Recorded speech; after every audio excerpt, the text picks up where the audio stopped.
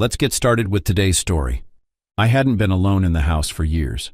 Between work, the kids, and Rose, there was always noise, always something happening. But this weekend? This weekend was different. Rose had taken our two boys, Ethan and Jake, to visit her parents in Florida. She had been planning the trip for weeks, making sure the kids packed everything, arranging flights, and organizing every little detail. I, on the other hand, stayed behind. Work was too demanding, and to be honest, a quiet house sounded like a much-needed break. On the first night alone, I made myself a lazy dinner, sat on the couch, and enjoyed the silence. No cartoons blasting in the background, no arguments over bedtime, just me and my thoughts. Around 9 p.m., a knock on the door interrupted my peace.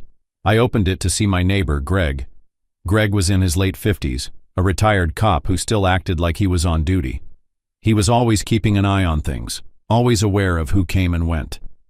"Hey, Jeff," he said, stepping onto the porch without waiting for an invitation. "Saw Rose and the kids leave earlier. You're flying solo, huh?" "Yeah," I nodded. A rare moment of peace. Greg chuckled, then leaned in slightly. "Listen, just wanted to give you a heads up. I installed some new security cameras around my place. You ever thought about getting some?" I frowned. "Security cameras? I mean, we live in a safe neighborhood." Greg shrugged. "That's what they all say. Until something happens. You'd be surprised how many break-ins happen when people let their guard down." He tapped his temple. "A guy I know, who lives 4 blocks away, had his house broken into a couple of days ago. Just something to think about." I laughed, shaking my head. "I appreciate the concern, Greg, but I think I'll be fine." "Suit yourself," he said, raising his hands. "Just remember, being prepared is better than being sorry." He left and I shut the door, dismissing the idea. Cameras felt unnecessary. But as I lay in bed that night, I couldn't shake the thought, what if someone was in my house and I didn't even know it? By morning, that thought had grown into something I couldn't ignore. So, after scrolling through online deals, I ordered a set of cameras that could stream live footage to my phone. It wasn't paranoia, I told myself. It was just an extra precaution. When the cameras arrived, I spent an afternoon installing them. I set one up at the front door, another in the backyard, and one inside near the living room. I even tested them with the app, watching myself move around in real time. Satisfied, I shut my phone and went about my day, feeling oddly relieved. What I didn't realize then, what I should have realized, was that I had just set myself up to see something I was never meant to see. The next few days flew by. The house was quiet, and I was enjoying the solitude. But when Rose and the kids returned on Sunday afternoon, the silence was finally broken. Rose walked through the door with the kids running around her, laughing, shouting, and filling the house with that familiar chaos. I could hear Ethan and Jake arguing over who got to sit where on the couch, and Rose's gentle voice trying to mediate. I smiled to myself as I watched it all unfold. Normalcy, family, everything felt right again. I hadn't realized how much I'd missed it until it was back. The house had felt too empty, and now it was whole again. I hadn't thought about the cameras at all in the past few days, honestly. I just enjoyed being with my family, returning to our usual routine. I didn't know it then, but that moment of peace would be the last time things felt normal. It was a Tuesday afternoon when I was sitting at my desk at work, sifting through emails, when the thought of the cameras popped back into my mind. Maybe it was the quiet feeling in the back of my mind, but I figured I'd check the footage. Just a quick peek. I opened the camera app on my phone, scrolling through the clips. Nothing seemed out of the ordinary, until I stopped on one from the previous Saturday afternoon. In the video, I saw Rose at the front door talking to someone. At first it seemed harmless enough, but then the man entered the house. A tall, stocky guy in a dark jacket. I recognized Rose's smile. She was happy to see him. But who was he? I didn't recognize him at all. I leaned in closer, pausing the footage as the man walked further into the house. The way he moved, almost too familiar. He wasn't a stranger. He knew where to go. My heart skipped a beat. I replayed the video again, trying to rationalize it. Maybe it was just someone from work, or a friend of hers I didn't know. But the more I watched, the more uneasy I felt. I should have called Rose, confronted her. But I didn't. I couldn't bring myself to. Instead, I just closed the app and shoved my phone into my pocket. That night I couldn't sleep. I kept picturing that man, his movements, the way he seemed so comfortable in my home. I tried to push it out of my mind. Maybe I was overthinking it. A couple of days later, I couldn't help it. I had to check again. I opened the app once more, scrolling through more footage from the days after Rose came back. And there he was again. The same guy. I watched, frozen, as he walked through the house again. This time he was in the living room, laughing with Rose. I could see the two of them talking, sitting on the couch together. This wasn't just a random visit. This guy knew Rose, knew our house. Something wasn't right. I couldn't ignore it anymore. I installed 2 more cameras in the living room, 1 in the kitchen and 1 inside the bedroom. I didn't tell Rose. I didn't want to seem paranoid, but I couldn't help it. I needed to know who this man was. It was a week later, late at night, when I finally sat down to check the footage again. The house was silent. Rose and the kids were asleep, unaware of what I was about to uncover. I wasn't expecting much, just the same routine moments. Rose with the kids, Rose cooking, maybe that man showing up again, maybe not. I clicked through the timestamps, fast-forwarding through the usual household scenes, kids playing in the backyard, Rose cleaning the kitchen. Nothing unusual. Then the bedroom footage caught my eye. My stomach dropped. I clicked the file, my heart hammering in my chest. The footage loaded, and for a moment, all I saw was Rose standing by the bed. Then, a few seconds later, he walked in. The same man. I gripped my phone so hard my fingers ached. Rose didn't look surprised. She didn't ask him why he was there. She didn't push him away. She reached for him. My breath caught in my throat. I watched as they kissed, their hands pulling each other close. They whispered something. Words I couldn't hear, but I didn't need to. The way they looked at each other, the way they moved. It was clear. Too clear. Then piece by piece their clothes came off. I shut my phone. My hands were shaking. My entire body felt cold. It wasn't just some random guy. It wasn't just some moment of weakness. This was something else. I sat there staring at the wall, my mind blank. How long? How long had this been happening right under my nose? I tried to take a deep breath, but it felt like my chest wouldn't expand. My home, my marriage, my wife, all of it, ruined in a matter of minutes. I wanted to scream. I wanted to break something. I wanted to wake her up and demand an explanation. But what could she possibly say? What excuse could she give that would make this hurt any less? Nothing. Because there was nothing left to say. The next morning, I didn't say a word to Rose. I went through the motions. Got up, made coffee, watched the kids eat breakfast. Rose acted normal, completely unaware that I knew everything.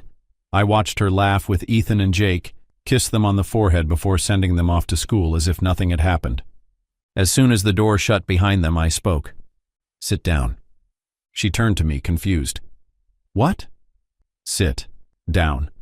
Something in my voice must have told her I wasn't joking because she slowly lowered herself onto the couch. I pulled out my phone, opened the footage, and handed it to her. She took it, frowning, until she pressed play. I watched her face carefully. Watched her lips part slightly, her breath hitch as realization set in. The color drained from her face. She covered her mouth with one hand, eyes flicking between me and the screen. For a moment, she was completely silent. Then, in a shaky voice, she whispered, "Jeff, please." I crossed my arms, waiting. She swallowed hard. "It meant nothing. It was a mistake. I still love you." I let out a short, bitter laugh. "A mistake? A mistake is forgetting to pick up milk. This?" I gestured at the phone. This was a choice, over and over again.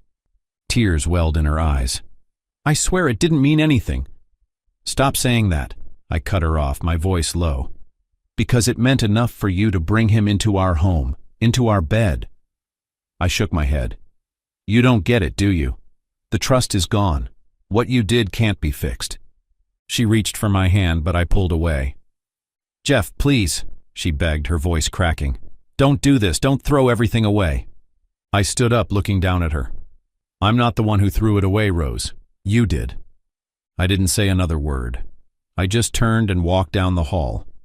In the bedroom, the same one that now felt ruined, I grabbed a duffel bag from the closet and started packing. A few shirts, jeans, some essentials. Just enough to get by for a few days. My hands were steady. but my chest felt hollow, like I was watching myself from the outside. Rose stood in the doorway, eyes red, lips trembling. "Where are you going?" I zipped up the bag. "I can't stay here." She took a small step forward. "Jeff, please." I brushed past her without looking back. I didn't stop until I was in my car, engine running. My mind was a mess, but I knew exactly where I was going. My mother's house. She opened the door, surprised to see me standing there with a bag slung over my shoulder. "Jeff, what's going on?" I let out a slow breath. "Can I come in?" She stepped aside immediately, concern etched across her face. As soon as I sat down, the words just came spilling out. The cameras, the footage, the betrayal. She listened, her expression shifting from shock to sadness to quiet anger. "Oh, Jeff," she finally said, reaching out to squeeze my hand. "I'm so sorry." I nodded, swallowing the lump in my throat. "I'm done, Mom. I can't go back." She nodded in understanding. "Then don't." The next morning I went straight to a lawyer. Filing for divorce felt surreal, but there was no hesitation. I wasn't interested in second chances or explanations. I just wanted out. But as I walked out of the lawyer's office, something kept gnawing at me. The man. Who was he? So I hired a private investigator. I gave him everything I knew, descriptions, the footage, any little detail that might help. A few days later he called me back. "I found him," he said. I gripped the phone tighter. "Who is he?" There was a brief pause, like he was bracing himself. "His name is Mark. He's a teacher at your kid's school." I couldn't believe it. A teacher? Not just any man. Someone from our kid's school? Someone who saw my sons every day? Who smiled at them in the hallways while sneaking around with their mother? I sat in my car outside my mother's house, gripping the steering wheel, trying to calm the storm inside me. But there was no stopping it. I had to confront her. One last time. That evening I drove back to the house. As soon as I stepped inside, Ethan and Jake ran up to me, clearly missing me. I glanced at Rose, who stood frozen near the kitchen. She hadn't expected me to show up. I crouched down and hugged my boys tightly. "I love you both so much," I said, my voice steady despite the weight in my chest. "But I need to talk to your mom for a moment, okay?"